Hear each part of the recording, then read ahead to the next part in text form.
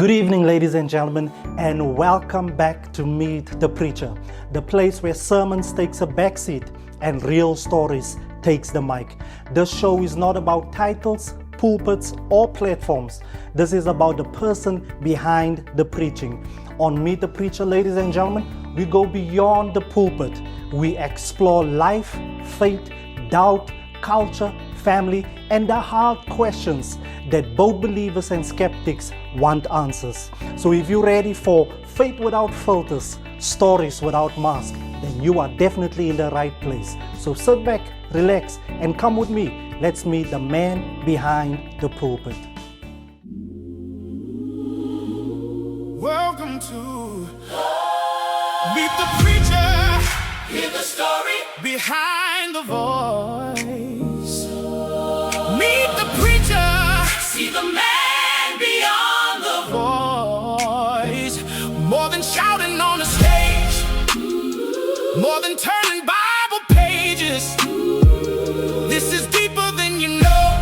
Welcome to the show. Meet the preacher with your host, Pastor D. Don't forget to like, share, and subscribe to the channel. Sit back, relax, and enjoy the show.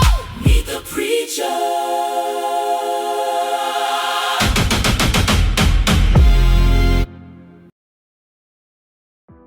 The book of Ephesians 4 from 11 to 12 declares, He gave some to be apostles, some prophets, some evangelists, some pastors, and some teachers, to equip the saints for the work of the ministry and to edify the body of Christ. Ladies and gentlemen, this is God's promise to provide faithful leaders who will rightfully divide the word of God and equip the people with wisdom, truth, and understanding. Tonight, we are honored to have a powerful, seasoned teacher of the Word of God. I am convinced that you will be blessed. This is a man whose ministry reflects dedication, revelation, and spiritual authority. Please help me welcome the Honorable Bishop J.M. Thomas. Bishop, welcome to South Africa and welcome to Meet the Preacher. It's my pleasure being here, sir. This is such a surreal moment for me because many people will probably not know this, but you were actually my very first guest on Meet the Preacher. In 2021, I traveled to London and I shared the vision of Meet the Preacher with you. And back then it was just you, myself, Dr. Sylvia as the cameraman, and my phone.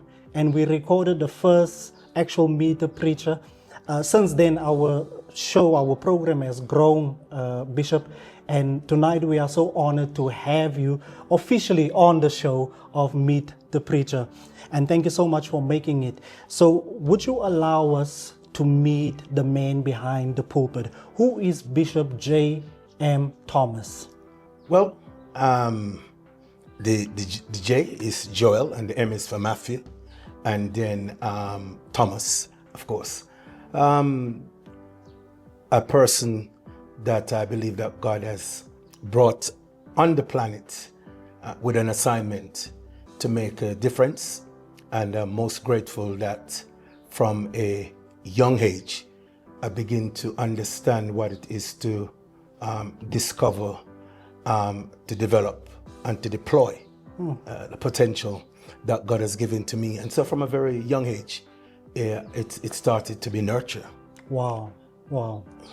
And so, sir, are you married? Yes, so, okay. Single? Yeah, I am married to, so I've got one wife, and Jemis, been married to her now for almost 47 years. Wow. And we have 3 children and 6 grandchildren. Amazingly, so I was born in England, in Birmingham, and then I grew up in Jamaica. But I found out that growing up in Jamaica was very much a part of God's plan for my life. I think there's a number of disciplines that I learned when I was growing up in Jamaica, and I'm not quite sure if I grew up in the UK that I would have embraced those principles. So I see all of that as a part of God's plan. Not only that, But would you believe it? The morning when I got saved and baptized, which is about 53 years ago, Jemis, my wife, she was also baptized in the same river with me in Jamaica 53 years ago. Wow, beautiful, beautiful. So you are from London, but born in Jamaica. That's right. So, Born in Jamaica? no, the other way around. So I was born in England. In England. I was born in England, in Birmingham, another city. So I was born in Birmingham, but my mother didn't like England. It was just too cold for her. The girl was used to the Caribbean sunshine. Yes, so she decided she's going back to Jamaica, and while she's going, she's taking her child with her, and I was that child. Wow, that's awesome. So as per our introduction, you are the Bishop of the Deliverance Center at the Globe, which I have visited twice. Please give us a little bit of a history on how the ministry started. Okay, so the Deliverance Center is just the name of a branch in Reading, but the official title and registered title of it, the church is Church of God Worldwide Mission International. And the branch in Reading was started 16th of June 1959. So June of this year will be 67 years since it started. Amazingly, the branch in Reading was started by a lady by the name of Mrs. Walker, A.L. Walker. And this was people who came to England with the Windrush generation. Yes. People had just first started to come to England, and this is going to disturb you, but these were people who left the Caribbean as Christians. And when they came to the UK, they carried their Christianity with them. And they went into many of the white-led English churches, and they were told that your sort is not welcome here. Wow. They were not accepted They were because not of the accept- color of because the of skin. color. Yeah. We're talking about 60 odd years ago. They were told that they were not welcome there. Some of them were actually asked to leave.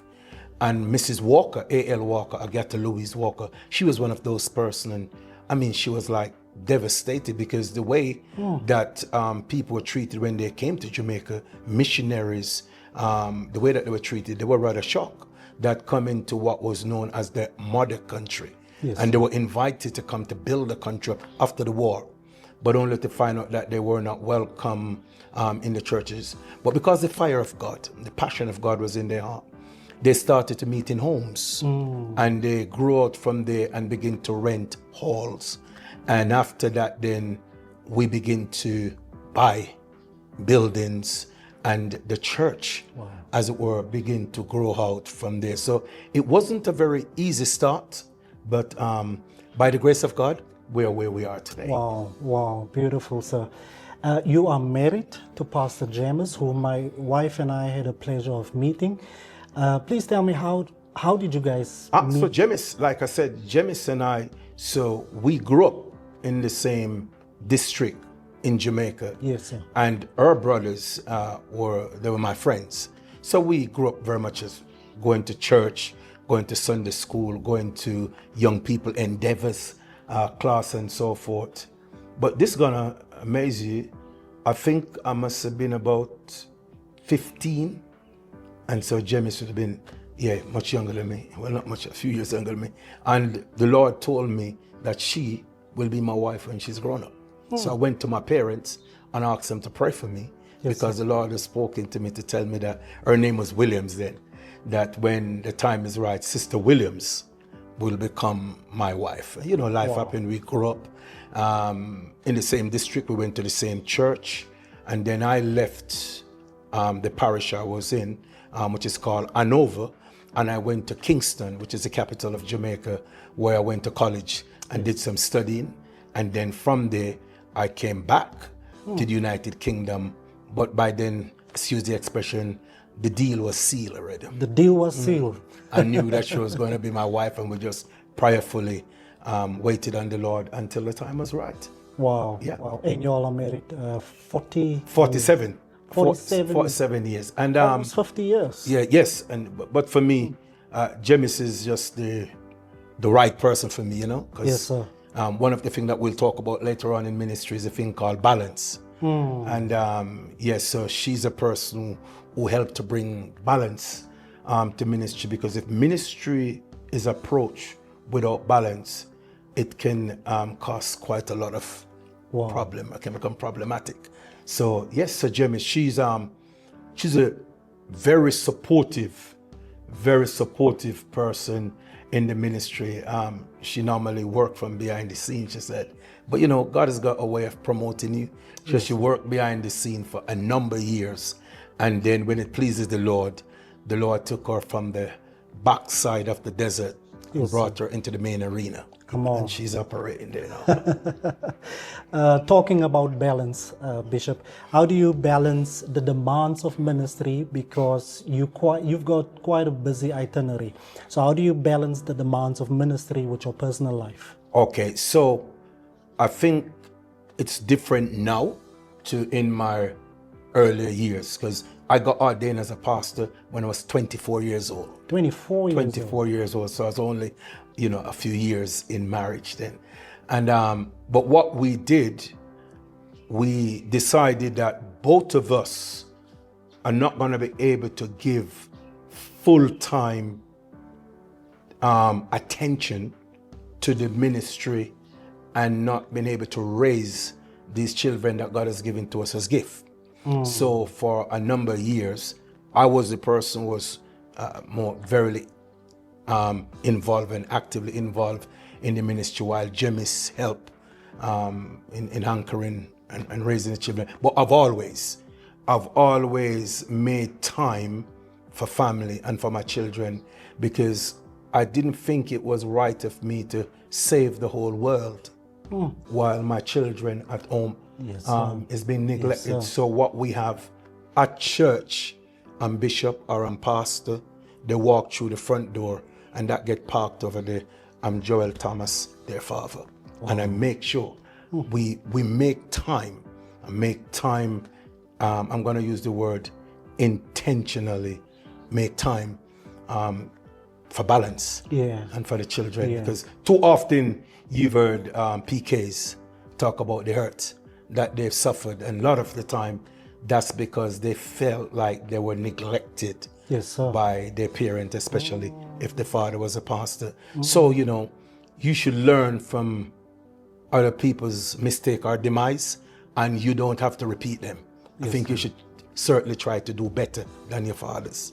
Oh man. Yeah. I once watched you preach in Durban at Pastor Stanley Moodley's church, and in that sermon you made a powerful statement that has stuck with me since then. You said you don't spend time with your children, you invest time with your children. Tell us what you mean by that. Because what you spend is gone. What you spent is gone. So I had 200 rands in my pocket and I've spent it. It's gone. But if I see that as I invest it, then on every investment you should expect a return. Come on. So what I do, I invest time with my children. And I never forget this. My son Tyrone, which is older than you, I remember going to the parent-teachers meeting, and the name of the principal, it was an Irishman, his name was Mr. O'Sullivan. And it was about 50 of us as parents that was in the room, and he asked us to spell love.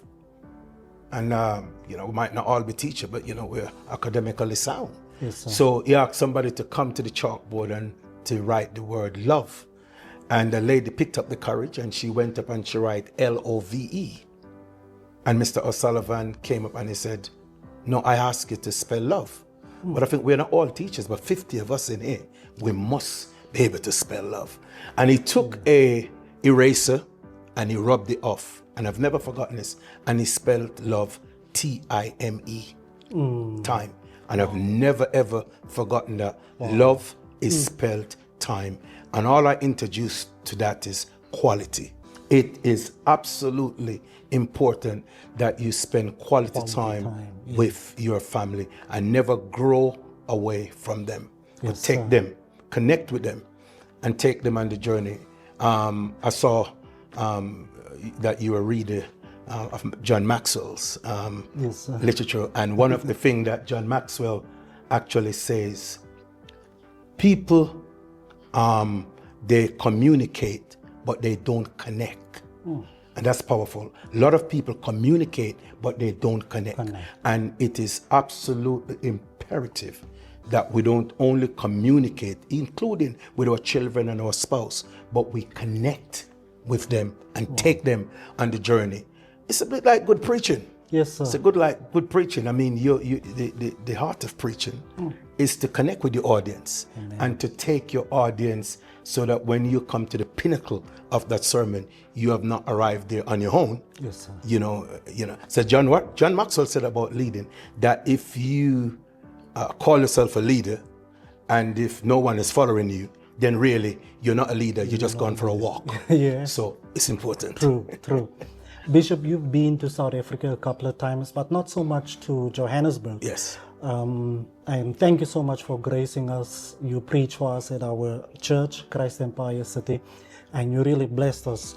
But what I know that some people has taken you around for some tours. What is your favorite thing about South Africa while busy with ministry? So first of all, before I start coming to Durban, I used to come to Cape Town. I used to minister for Full Gospel. There, a guy called Jimmy Francis. And so, and then after a while, I'd stop coming to South Africa until my friend Bishop Chambers and I connect and come into Durban. First of all, I think the hospitality of the people is second to none. Wow. That is in my experience. Yes, the hospitality is second to none. And I think as a spiritual man, you can walk into places, whether that be a home or something wider, and you can discern the atmosphere. You can discern the heaviness of the atmosphere. And I must confess the truth that that's not a problem I've ever experienced in South Africa. Wow. The Lord, and I give the glory to God, He has always, in all the years of coming to South Africa, has always given us a measure of success. And I think a lot of it is to do, because I think, we had a wonderful time in the church this morning, but I'm only there for a couple of hours. I know that those couple of hours is only like the icing on the cake. There's much prior and much fasting and much preparation has gone into that. Yes. And I believe that, so one of the things about South Africa, because much prior and fasting and worship has gone into it, it makes it a fertile soil for ministry, in my opinion. And it's, so whether I was in Cape Town or whether I was in Durban, and of course, this morning in Joburg, so I realized it's a countrywide thing. Wow. So that's my, South Africa, you've heard it. Your hospitality is tops. Yeah. Please continue to keep that up. Bishop, so you are full-time in ministry, right? Yes. Before you came to full-time in ministry, Yes. What was your profession? What did you do? Well, okay, so I'm full-time in ministry now, about 36 years. But prior to that, I used to be a food production manager and an international executive chef. So I did that. You're a chef? I am an executive chef. I'm talking about cooking. I can tell the wife, finish eating and look at my stomach. But no, I'm not talking about just doing ordinary meal. I'm talking about French cuisine. I'm talking about doing stuff from Coulibiac, Chateaubriand, you name it. I'm talking about top. I had the opportunity as well to cook for some very high quality people in my life, both in Jamaica as well as in the UK before I came full time. So I actually left big companies working as the executive chef when the Lord called me into full-time ministry. And oh boy, that was a big decision to make, because I made it to the top. I was the big boy, Whites was clean. My name was embroidered in it. You can tell who's the top guy according to the length of their hat. So people like the commie chef, and they wear little hats. Guy like me, my hat was almost, big. You walk in, you command respect. And I actually loved what I did, and I did it for 19 years. And in one place I worked for over 14 years, never sick, never late, and never absent once. Wow. So God was good to me that I was able to port that same commitment Yes, sir. when I came to full-time ministry. Come on now. So I'm grateful. Man, all the dishes that you mentioned, I don't know nothing about it. I know pap and marrojo. That's what we know in South Africa.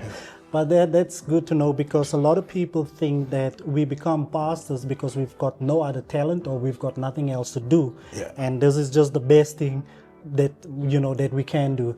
But the reason why I pose that question, so that people can know that we do have other professions, and a lot of pastors walked away from big things to do this big thing, which is the calling, the ultimate calling. Yes.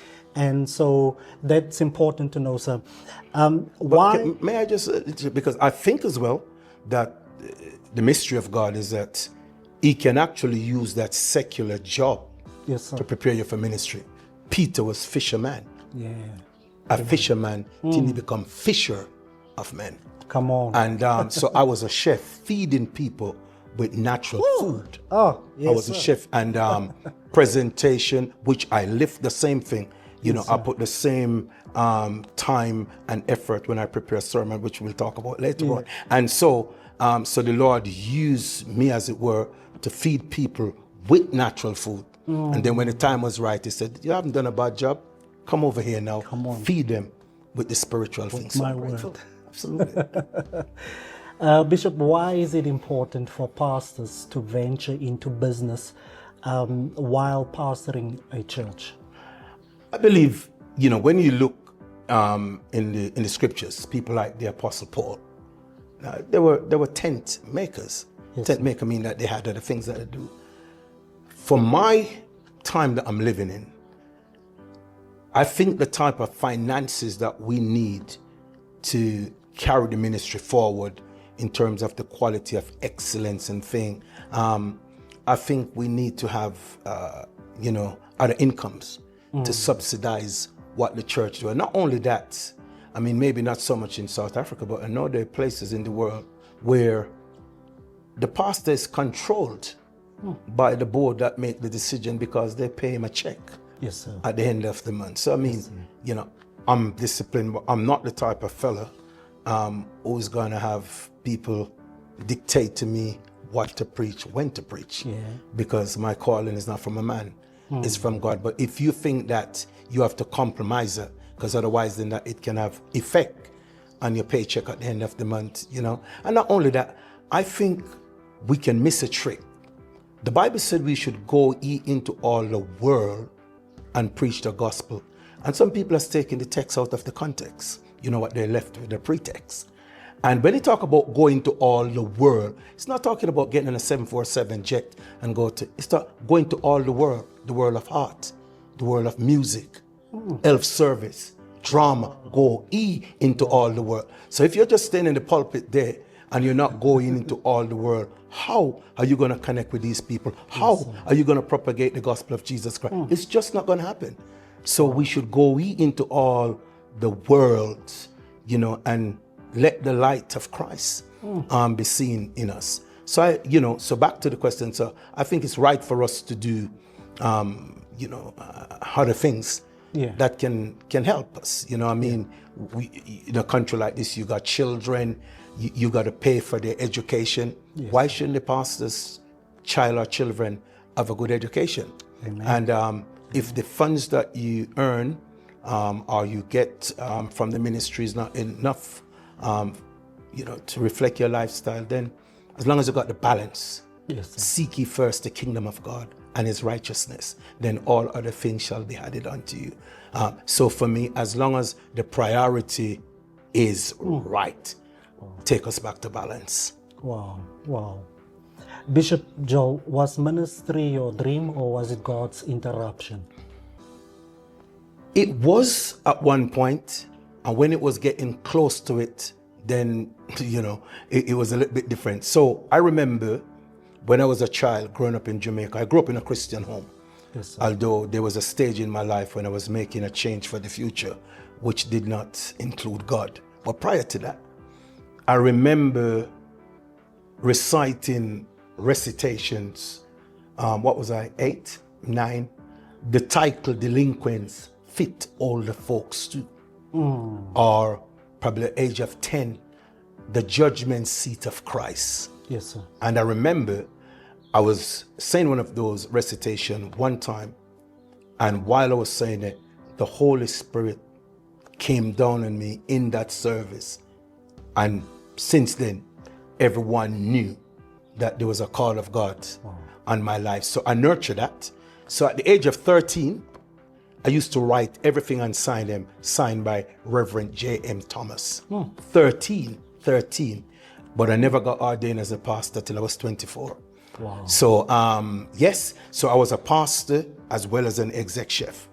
And then the time came when the Lord wanted me to give up the chef to come into ministry full time. And how can I be honest with you? The struggle. Yeah.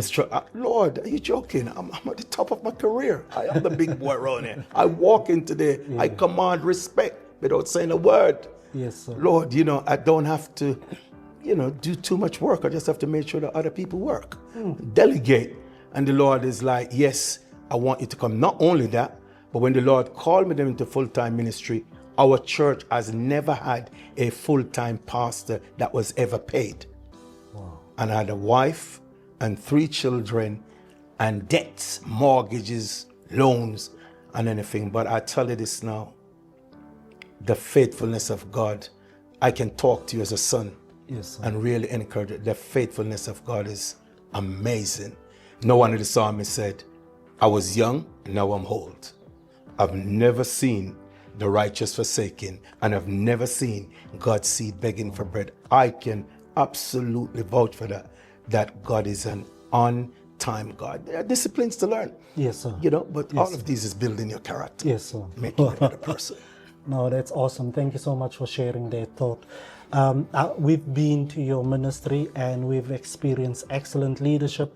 I mean, from the greeters at the door all the way to the stage, the praise and worship team, serving in a spirit of excellence. What does good leadership looks like to you? Yeah. Again, I think that we need to over spiritualize certain words that have been used. And I think that we need to understand that some of these words and principles are portable. Yes, sir. And leadership, quality leadership is portable. It's not just a church thing. And I think that's where the church fall down, because they think that when we're spiritual, we shouldn't offer leadership. I mean, John Maxwell said, leadership is influence, nothing more, nothing less. That's what he says. Wow. Leadership is influence, nothing more, nothing less. And so we need to learn to influence people in a positive way. We need to connect with people and take them on a journey. I was so impressed when I walked through your church door this morning, and I know I was in the right place because I saw a couple of statements that really let me know this is a ministry going somewhere. I saw the vision statement and the mission statement. Yes. That's leadership. Because if you can't share your vision with your leaders and how together we're going to work to accomplish this mission, then you're not leading. So it is absolutely imperative. I mean, you look at Jesus. Yes, sir. With his disciples. Yes, I mean, he took time out to educate them. And again, you've got to invest. Yeah. You've got to, and that was thing. I had a thing that I did for years when I first started out the ministry. The acronym is CHATS, Communication, Help, and Training Session.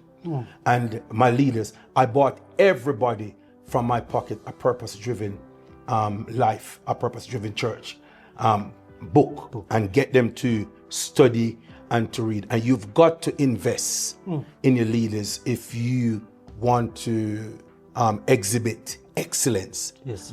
Listen, there are something in life that they are not automatic. You could speak in tongues, you could pray, and I just look at the camera and tell this, I just need to help. You could speak in tongues as much as you want. You could fast as much as you want. Until you invest in your leaders in quality time, you will never achieve the standard. It's an investment. I'm talking about putting on, when you get your new, putting on breakfast first thing on Sunday morning before church start, you come and spend half an hour with me so that I can download some of what God is saying in me into my leaders, so we can all run together with the vision. Absolutely important. Wow. We live in a day in the age of artificial intelligence. What is your thoughts on AI? Is it something negative for the church, positive for the church, or is it something that the church should be concerned about? Well, of course, you're a far younger man than I am. And so technology means different things to different people. However, God has caused me to stay in touch. When projector first came out, people think it was the devil. Oh, man. When computer came out, people think it was the devil. No, they can't live without one.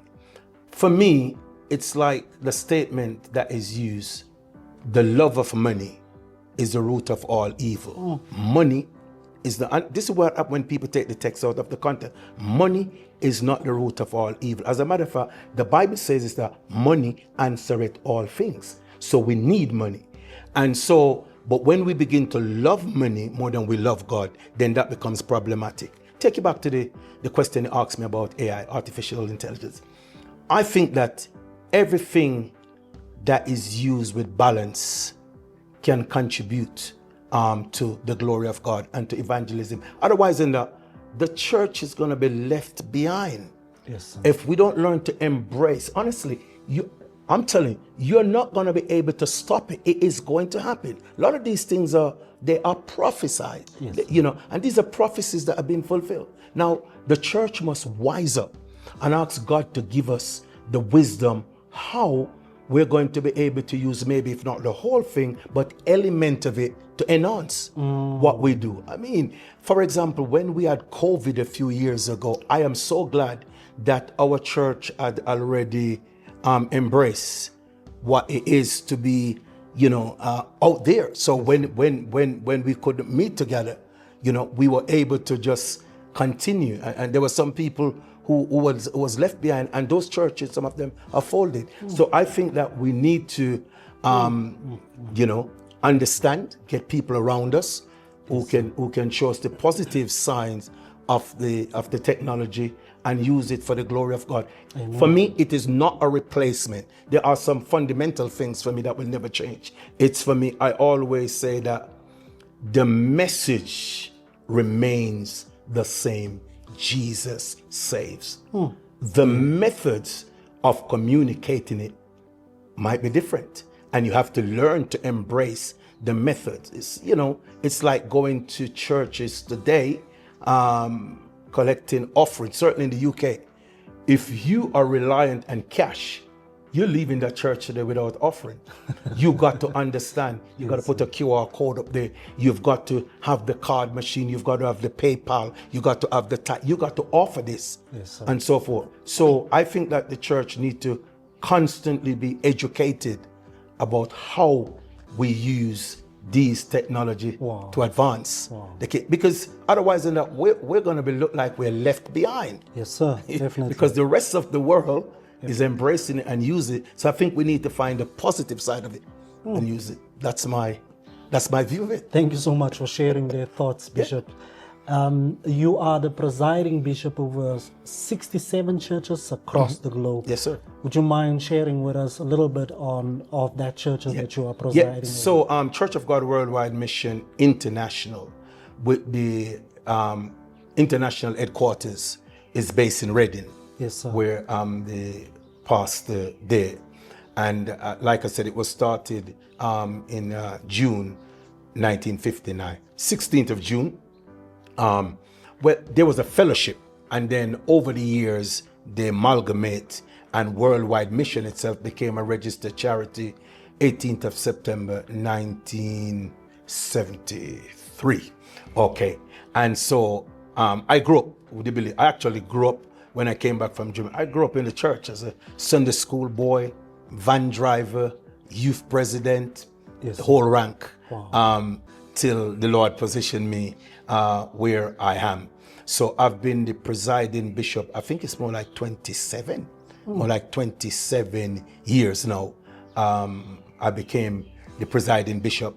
And what we do, we have other bishops in the various islands and countries of the world. In Barbados, we have our own bishop there. In St. Vincent and the Grenadines, in Jamaica, in Nigeria, in Sierra Leone. So they are the ones who oversight at that level. We keep in regular contact using technology. Would you believe it? Technology.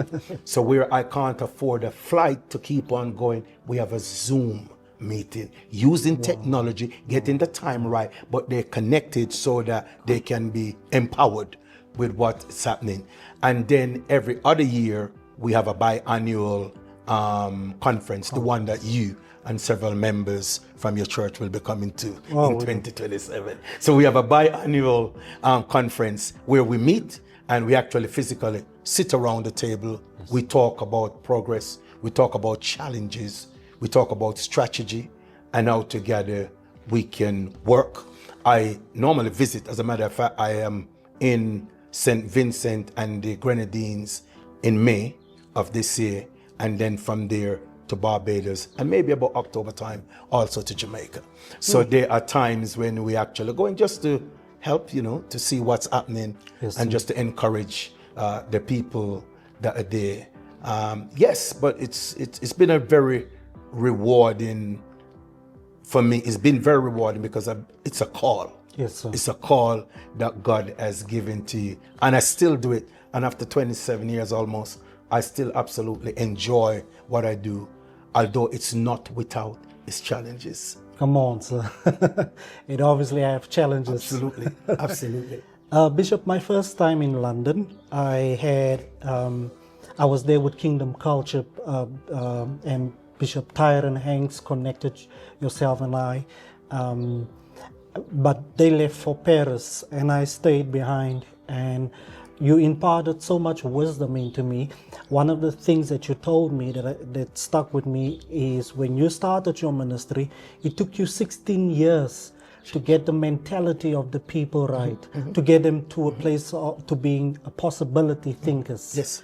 That you told me that, and it stuck with me. But please tell us a little bit more about what is possibility thinkers and why 16 years. Yeah, because the strength of every building is determined by its foundation. Wow. If you were to go to Israel today, and I think I've been about 16 times. If you were to go to Israel today, what is called the Western Wall or the Wailing Wall, it's the basis of the temple that Solomon built. And although that temple was destroyed umpteen times, fire to it, melt out the gold, but the base and the foundation of the temple stayed there. Wow. That temple took them 10 years to build. All the boulders and the stone was rolled down from the mountain there. As you read, there was no hammer or chisel that was ever used in the construction of the temple.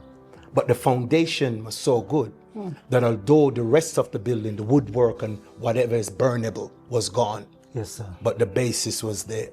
And I learned from that if you're going to have a good building, you must have a firm foundation. Wow. So it would be no point me arriving at a particular destiny in ministry without carrying the people with me. And for a number of reasons, these people's mindset was closed, because you becomes a product of your environment. Oh, And so it depends on the mind, what they were told when they were growing up. You're no good because your mother might have had a bad experience with the person who fathered you. She'll tell you, you're no good, you look like your father. So you're growing up and you begin to feel, I'm not going to be an achiever.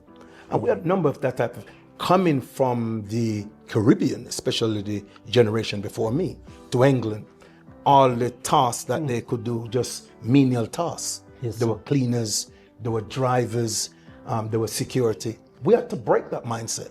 And the only way to break that was to be intentional in going back to who God made you. Wow. On purpose for a purpose. Come on. And that cannot be dictated to by any man. You are not allowed to determine who I am. That is something that is settled in God's prerogative. Before I formed thee in your mother's belly, I knew you. I am not here by accident, but I'm here by divine appointment. You can't determine that. So we have to get them back there and say to them, let's go back to the base. This is why God made you. And what you cannot do, you cannot allow other people to set the ceiling for you. They say to you, the sky is the limit. Who said it's the sky? What if I want to go beyond the sky? Why are you imposing the sky on me to tell me that the sky? So I had to break. Yeah. So we had to work in chat set. This wasn't preaching session. Yes, Because, sir. you know, there are some things that are caught and there are some things that are taught. Come on. And the Bible said, on seeing the Yes. multitude, he went up into a mountain. And when he was set, his disciples came unto him and he opened his mouth and taught them. Not caught, they taught them, saying.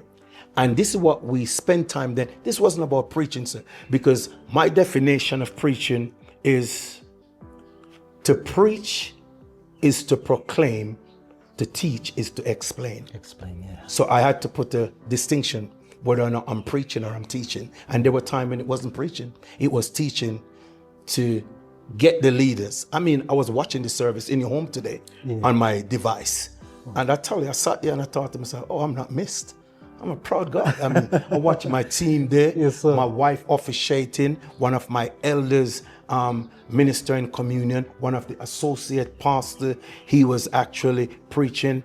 The guy that was doing the sermon was giving a real beautiful piece on the sax. Kemi, you might have remember him. And I just sat there and I thought to myself, but all of this here is because you spend time going back earlier on. Wow. Investment, investing in people. And, you know, what I see in the realms of the spirit over your ministry today, I know that that is something that you will do moving forward.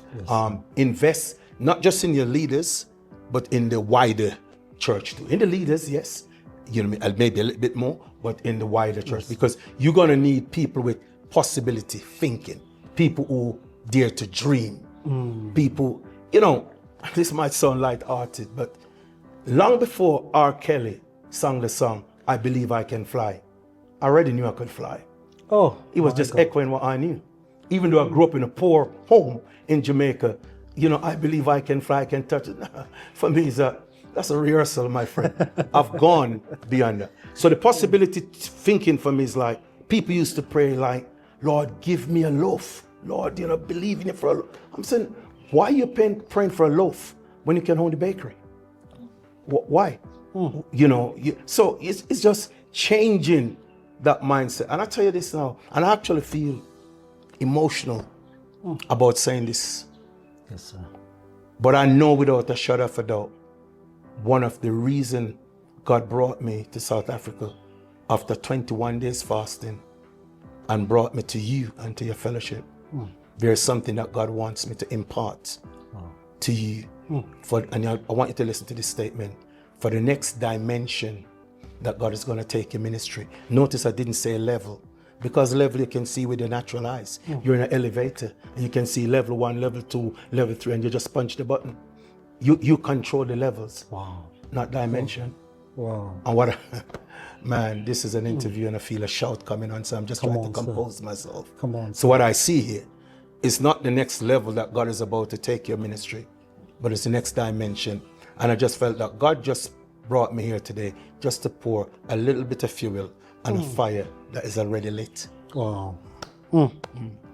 Man, I am fired up, Bishop. Thank you so much for sharing that and declaring that over our lives Yes, as you know, as your children. We really appreciate you coming all the way. Also, when you came to our church, you sang a little bit of reggae. So what type of music, other than gospel music, does Bishop Thomas listen to? Well, the truth about it is like, so I was born in England, but I grew up in Jamaica. Yeah. And you know, reggae was the thing. Reggae was the, but what, you know, we're able to change the lyrics. You know, the beat is always So, three gospel. Yeah, you know, the chords are 3 chord, A, C, D, R, G, C, A, whatever. You know, but you're able to change the lyrics and get them. So the truth about it is like, I love reggae. I love reggae. And, you know, and even some of them, you know, some of the songs that, like the late Bob Marley song, some of those songs are quite inspiration, you know, Yes, sir. spiritual. Yes, sir. You know, long before I understood about Armageddon. I learned from Bob Marley, sir. Emancipate yourself from mental slavery. None but yourself can do us harm. Have no fear for atomic energy, for none of them can stop the time. You know, and there's some stuff to draw out of that. And you can apply. There's some principles. Yes, you know, sir. emancipate yourself from mental slavery. Listen, you can enslave my body, my hands or my feet. You're not allowed to enslave my mind. My mind. Emancipate yourself. Put me in a prison, but my mind is still free. Exactly, sir. You know, it's like I said to people, you can stop the invasion of a army, but you can't stop the invasion of ideas. You can't. So back to the music. So I love reggae. Love reggae. We, you know, in our church, we hit it hard. Yeah. And those guys see me with a mic and they talk, get ready. We're going. We're going back to Jamaica. And that's it. And then I think the era I grew up in as well, I love Southern gospel music. So I was a little bit of a Jimmy Swaggart Yes, sir. type of music, you know. But even so, I am not resistant to embracing the more contemporary music. You got to stay in touch. If you got to remain relevant, you know. So I'm not, you know, against introducing. As a matter of fact, I'm one who advocate that my praise and worship leaders introduce new songs so we can reach out to a wider audience Yes, sir. and become more, you know, more of a cosmopolitan type of congregation. So yes, so those are my music. Thank you so much. Thank you so Because I much. used to play the guitar, you see. But so that's why I can talk about the combination of the chords. So I used to play the guitar back in the days when, you know, they just need somebody to strum a 3-chord or something like that. But when we have people coming in playing more minor and G7 and this, so I just backed away. But you got to know when it's time for you to step away from certain things as well. Yes, sir. But and I love music. Unlike a lot of preachers, and I'm not knocking them, I respect them, but unlike a lot of preachers who can sit in their office and just wait for all the worship to finish and then make their grand appearance. Yeah. I am not wired like that. I'm not clever enough and anointed enough to do that. I have to be Part in of the worship. the- yeah. If I am not worshiping, I can't function. So before, I have to go in and give God what belongs to Him before I am able to function. So very much, so I normally say to my host when I go to somewhere, thank you so much for the kind hospitality and the protocols and whatever, but would you please allow me, what would have happened if I'd missed the worship this morning? Oh, man. What would have happened Yeah. if I missed that intercession? You know, you come in and we probably talk about that. I think one of the things we just need to gently remind the people we are not superstars. Superstars, yeah. We are not star. There is only one star in the church, and that's Jesus Christ, the brighter than morning star. The rest of us, we are not stars and we are not celebrities. I'm sorry, I said that. Oh, yes, I did. Yes, sir. We need to point people to the cross. We need to point people to the one who died and paid the price. We need to let people know, thank God for what He has done through my life and your life, but none of this glory belongs to me. All of it belongs to Him. Yes, sir. I think you've answered my next question. That you've been in ministry for so long and you've experienced a whole lot of things in ministry. You've alluded earlier on that the journey is not always easy. So after your experience in ministry, after traveling the world preaching the word of God, what are the things that you think that churches around the world, even in London, should stop doing? And what are the things that the churches should continue to do? I think the church should never go away from the basics, the basic things that constitute salvation. Yes, sir. And I think when you begin to divert away from the source, from Christ, I think it becomes problematic. And I think that we need to. R.T. Kendall is a very well-known international minister. He was the minister in Westminster Chapel some years ago. He lives in the States. He's in his 80s now. and somebody asked him, having gone around and been known for who you are, if you were to advise young ministers today about what to do, what would you tell them? And he said, I would advise them, spend more time in reading the word and spend more time in praying, so that you can have a download of revelation and inspiration from God. You know, we live in a vulnerable world, and people are seeking. People are seeking. Yes. You know, as ministers, we shouldn't exploit this at all. And, you know, we should lead people. I was at Bishop Lazarus' church on Wednesday night. I wasn't speaking, but there was a pastor speaking. His name is Jason. I don't know if his surname is Naidu, but he teaches a program, and it's called Lead Like Jesus. Wow. Lead like, and that's what I think happened. If we could just get back to the place to lead like Jesus, I think that there's a world right now. I don't know if you know that there is a mini revival in the United Kingdom with Gen Zs, and most of them are young men. Why? Because they've tried everything, and everything else has failed. We are actually running out of hard copies of published Bibles to be sold in England right now, because there is a stirring and so forth. So I think that we need to gently take people back to the cross. Now, this is going to show my age, but I'm going to quote it. At the cross, where I first saw the light, Yes, sir. and the burden of my heart was rolled away. It was there by faith I received my sight, and now I am happy all the way. Come on. The cross, it's where it's begun. And we need to be intentional, leading people, pointing them to the cross. And let people have an experience of God for themselves, not just what, you know, they've been told and hyped into. Yes, sir. You know, and we should make a joyful noise unto the Lord, but we need to make sure that there is going back to my word, that there's a foundation, that the people need to be taught the word of God. Wow. Thank you so much. This is such a lot of information, such a lot of wisdom that is being shared here tonight. And I believe that you are blessed with what you're receiving here on Meet the Preacher. Bishop, from your experience, or maybe you can just share a thought of young preachers that moves around, that are invited to minister. What type of mistakes or common mistakes are they committing that you see that they should stop for them to further grow and further enjoy more opportunities to minister, all over the globe? What type of mistakes are the young preachers making? They need a mentor. It is important Yes, sir. to have a mentor, someone who can speak into your life, but someone who loves you enough to tell you if you're doing something wrong. It is important. The other thing about it, it's to understand the uniqueness of your call. You know, you're not anybody else.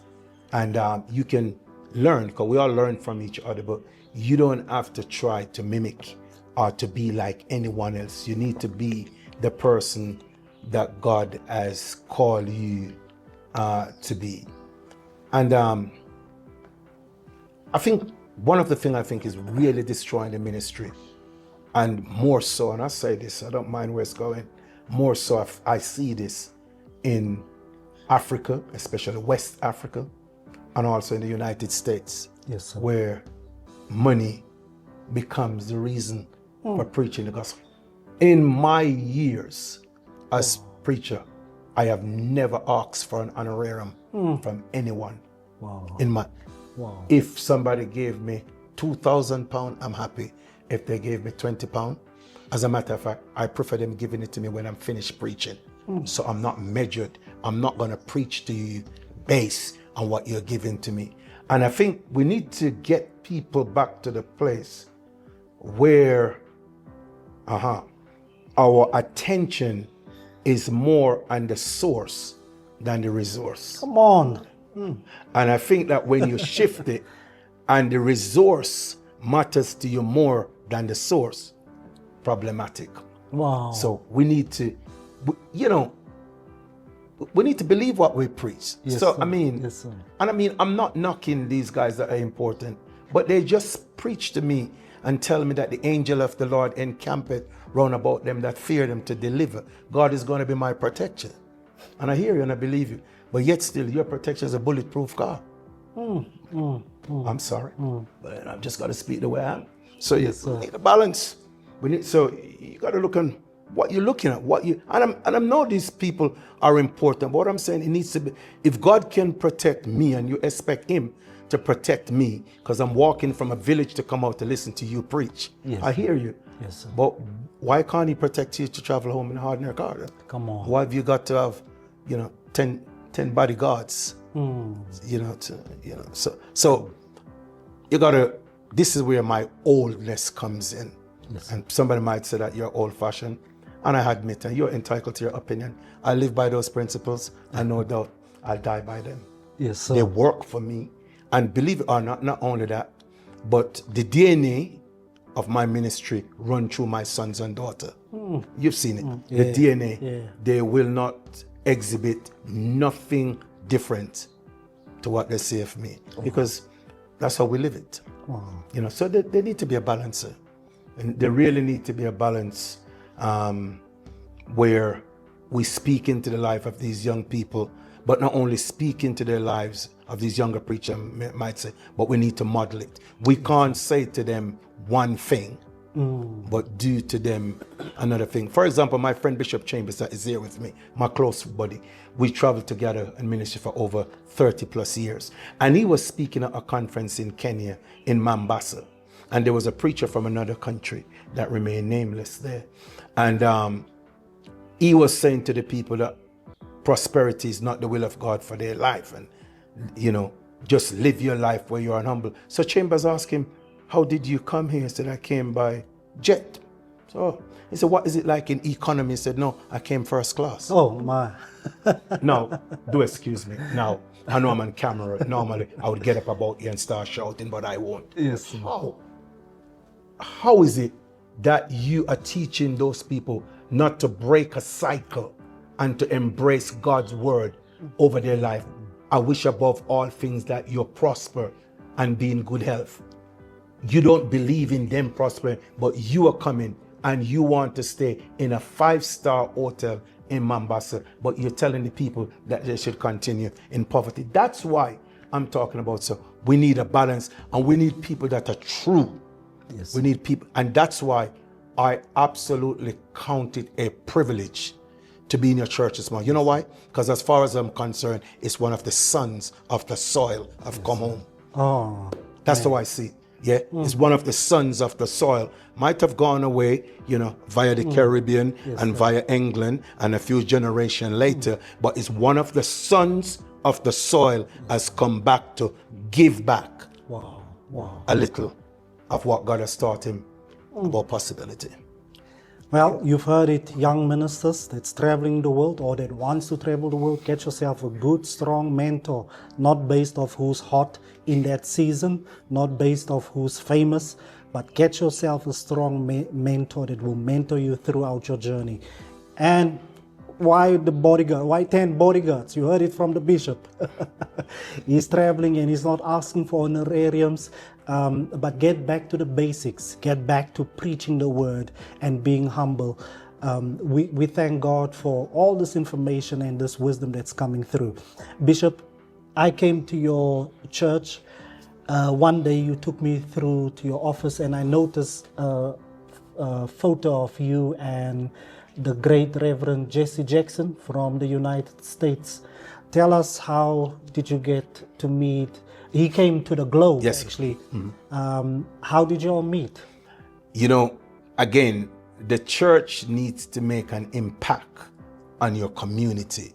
They used to sing some song, you in your small corner and I in mine. We're not supposed to be in some small corner. Yes, sir. We are supposed to connect. Yes, sir. And we work along with the community. And that was our member of parliament, who happened to be someone that I know and work with on community initiative. that got in touch with me to tell me that coming to London, that Reverend Jesse Jackson was coming, and can we work together to bring him to Reading? Wow. And I was only too happy, because the church need to understand, that the man is made up of spirit, soul, and body. Yes, sir. And you can't just take care of one part of the man. It's incomplete. We need to connect with the entire man. So we worked along with our member of parliament, and we hosted him. And you might have seen, we hosted people there like Maurice Cirillo and other, well-known people. And again, like I said, the church need to be involved. Yes, sir. How are we going to reach the people? How are we going to reach them if we don't connect with them? What opportunity, what chances we have? Yes, so we had a good time with Reverend Jackson, and he spoke well, and he brought hope. He brought hope to the people. Wow. Yes, sir. Well, we thank God for it. And you brought hope to our ministry when you came and preached for us. You really set us on fire. And so ministry is busy for you, sir. But how do you protect your mental health in ministry, dealing with, sorry to say the word, crazy Christians? Yes. People can be crazy, but how do you protect your mental health doing ministry? I'm not quite sure how much credit I will be able to take from this for myself. I just believe that God has given me a certain level of grace, yes, sir. to deal with people. And there's sometimes when I try to shut off, and I try to just, so for example, people come to my home because I've invited them to come home. Yeah. They don't just come to my home because they want to come and spend leisure time with me. You have enough of that at church. If I invite a group of people to come around, that's fine. Because when you're away from it, you need to just get your mind settled. And also, I do recreation. I mean, might not look it, but I actually go to the gym. I go to the gym 2 or 3 times a week. Because in there, I can just, forget a few things for a while, pump a few pieces of iron, whatever, get along, run on the treadmill. And of course, having a sauna and steam room, especially when the weather is as cold as it is in England. So I just get myself away for a while. Yes. And my wife, Jemis, bless her, she's great for me, because she knows when it's time that you need to put that down now, and you just need to just lay that down for a while, and then you can pick it up again. But what we've also done, though, as a part of the ministry, we don't have all the skills. This is team.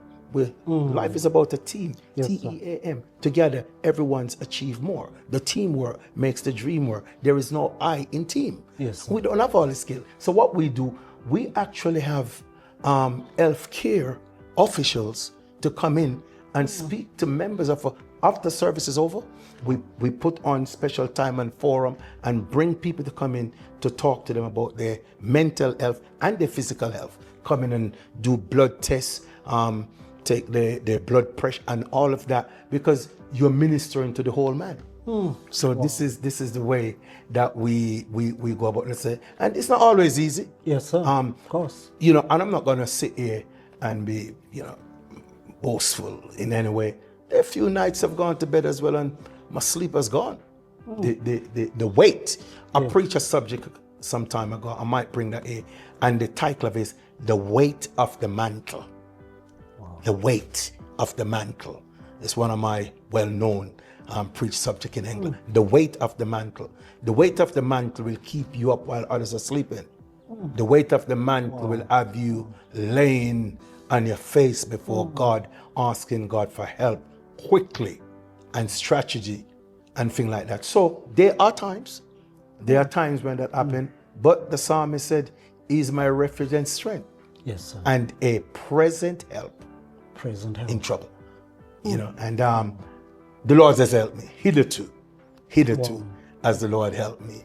And I count this a real privilege, even more than preaching a sermon. Yes, sir.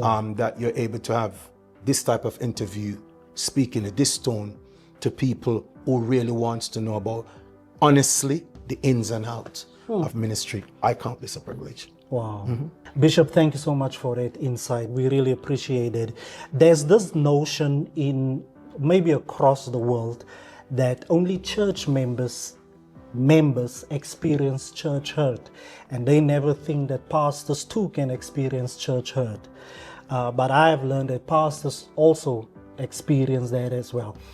Can you share a little bit if you had church hurt in your years in ministry, and how have you dealt with it? Yes, so pastors do and leaders do also suffer from church hurt. But the same principle that you would advise your member to apply, you yourself need to apply that to yourself when you're faced with a situation. You would tell a member, please forgive them and please move on. Now, So you do this. your turn.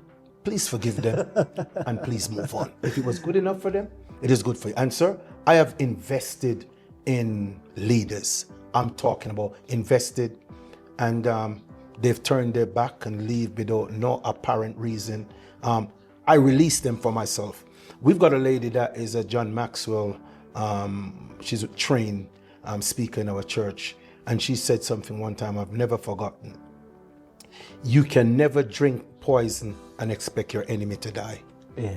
If you drink the poison, the person that is likely going to die, it is you. So I use that to release myself. Someone hurt me, I feel it for a while. I try to deal with it as quickly as I can, that it doesn't becomes something that festers. And so, because it's going to happen. I think human being, and it's happened once, and trust me, before you leave the planet, it will happen again. So the sooner you learn how to deal with it and move on, it's the more. Ministers. So I've known ministers who have poured sacrifice and poured resources into other people, and when they're standing up on their feet, they just say, we love you and thank you so much, but we are gone. One of those things. Wow. Yeah. Wow. I look Thank at you. Jesus. I mean, we're talking about lead like Jesus. We're running out of time. Lead like Jesus. You look at Jesus. Yeah. I mean, servant is not greater than his Lord. Yeah. The people that he invested in, a couple of them turned. One of them denied, one of them betrayed him. They don't. It will happen. Jesus had some type of other crazy forgiveness. Yes, sir. Yes. Because the person that betrayed him sat right at his Yes. table. Yes. And if I was Jesus and I had his power, I would have turned Judas into a frog or something Exactly. right there on the table. And I'll be worse as a Jamaican.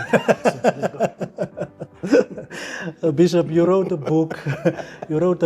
Entitled "Something Beyond Reason: A Personal Journey into Faith."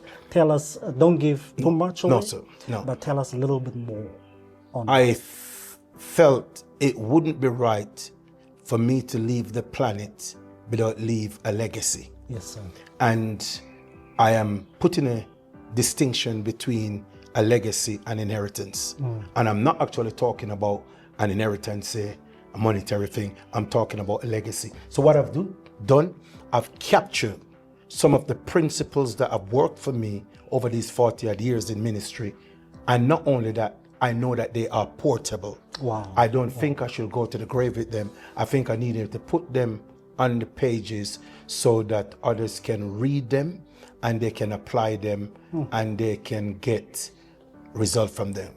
And even one of the good things about the book, it couldn't have been published in a better country in the world. It was published in Durban. Published in Durban, right in South Africa. Come on. Something like that. But yes, sir. So I felt it was good for me to and I made myself quite open in the book. So I didn't just paint the highlights of the achievement. Yes, sir. I wanted people to understand the full story, that God is real, and that's what I encapsulate Yes, in the pages of those books. Wow. Yes, sir. Wow. Bishop, you've been such a great blessing, such an incredible blessing. The first time I met you, you took me to a green room at the Globe, and you were serving coffee and serving tea, and as a young man, I want to go make my own tea. You said, no, sir, I got you, and you wanted to serve. You want to make tea for me, and I can't even describe what I was feeling. But it showed me another side of you that I've never seen.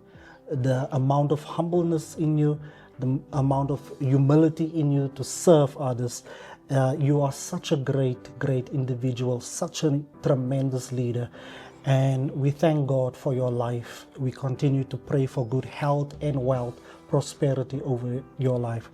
When it's all said and done for Bishop J.M. Thomas, what would you like to be remembered for? I would like to be remembered for one who has left a legacy in my serving in the kingdom.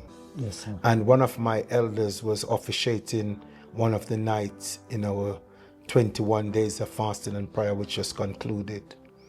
And they were praying for me.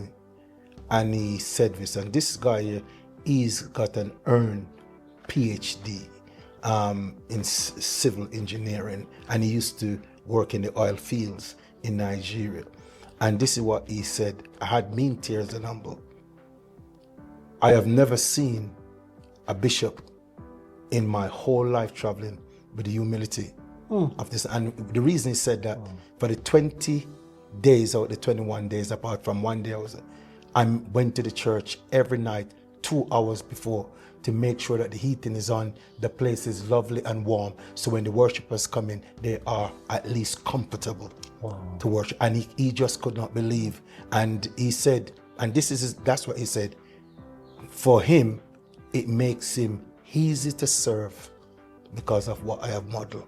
Wow. And like you said in the green room, as a matter of fact, if they don't give me the opportunity to serve in the green room, I'm not at my best. And I will never sit down and eat or have a cup of tea or anything until I'm sure that all my guests inside that room. And it's not a put on, but if it's a put on for over 40 years, it must be a good put on, but that's just the way. That's just the way that the Lord has made me. But you know what happened?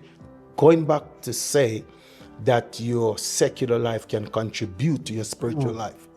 The life as an executive chef, really, you served. The customer is always right. As an executive chef, you never ate until when you made sure that your customers was full. That was out there. Wow. The Lord has allowed me to lift that and to pour that into my ministry. Not everybody's going to be the same, but I just got to stay in my lane. Wow. Well, ladies and gentlemen, this is Bishop J.M. Thomas. Thank you so much for being on the show, Meet the Preacher, and coming through to South Africa. I want you to know that we as a ministry, Christ Empire City, as well as South Africa, we continue to cover you and your ministry, your family in our prayers. And always remember, when you hit Johannesburg, you've got a son, you've got a home that you can come to. Before we close this show, this is our custom to ask our guests to preach a 1-minute sermon. And I'm going to ask you to preach a 1-minute sermon on what you have already declared over the Deliverance Center at the Globe in Reading. So your sermon title, Bishop, is the 2026, the year of full possession. Yeah. Would you preach a 1-minute sermon on that? Okay. Please take it away. I thought that was finished when I left Bible college, when you had to preach a 1-minute sermon. But here it's good. Yes, the year before, which was 2025, it was the year of divine elevation. And in seeking the Lord in 2025 about where do we go for 2026, the Lord spoke to our heart about the year of full possession, Joshua chapter 1 and verse number 3. What God was preparing us for is not just to take a part of the land. He said to them, he wanted them to take the full amount of the land, coming down from Egypt right up to the river Euphrates, all of it. And I think that just something God is saying is that you don't have to settle for second best. You don't have to settle for a portion when the whole, W-H-O-L-E, the whole can belongs to you.